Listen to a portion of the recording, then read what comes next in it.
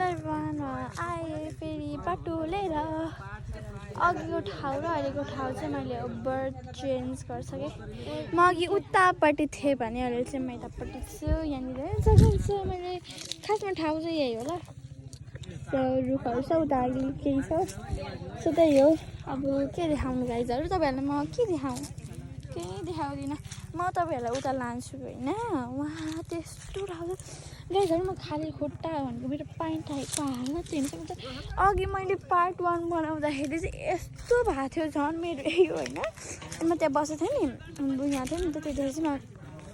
टक्क गइरहेको थियो कि लुगाहरू चाहिँ सबै ओभर देयर सो त्यही हो खाली खुट्टै छु बहिनीमा टिकटक टाइप नाच्दैछु पुरै ठाउँ छ मेरो भाइ मतलब उता छ दाइ भाइ सबै बस्यो के भन्नु भाइ त छैन कि यहाँ दाइ चाहिँ ओभर छ ओभर फ्यान कहीँ हेर्न सक्नुहुन्छ यहाँ यस्तो फ्लावर्सहरू छ वाह क्युट छ मम्मी चाहिँ तेरो भ्लगमा जङ्गल देखाएर होस् भन्नुपर्छ कि सो गाइस फ्लावर्स चाहिँ यु क्यान कति धेरै छ यहाँतिर फ्लावरहरू अब धरी छ कति टाढा छ हेर्नु ओहो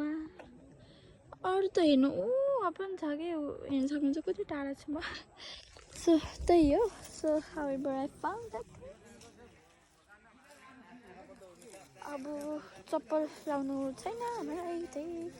अब जान्छु मेरो त लुकै भरे धुलै धुलो लाग्छ झन् अहिलेको कि राम्रो टकटक आउनु पर्यो कि गाईहरू फेरि अहिले घर हुन्छ नि त रुख यस्तो बोबल आम्मामा जङ्गलमै जस्तो फिलिङ्स के होइन सो त्यही हो अनि मेरो बहिनीको पनि त्यो एउटा बहिनीको नि भ्लग रहेछ सो भ्लगमा चाहिँ छैन सक्नुहुन्छ उहाँ आइ त मोबाइल तेर्साइरहेको थिएँ होइन तेर्सा छैन त्यही हो यो छ नि यो ठाउँ चाहिँ कस्तो छ भने चाहिँ यो घरमा नि जङ्गल छ क्या मलाई कस्तो यो जङ्गलमा चाहिँ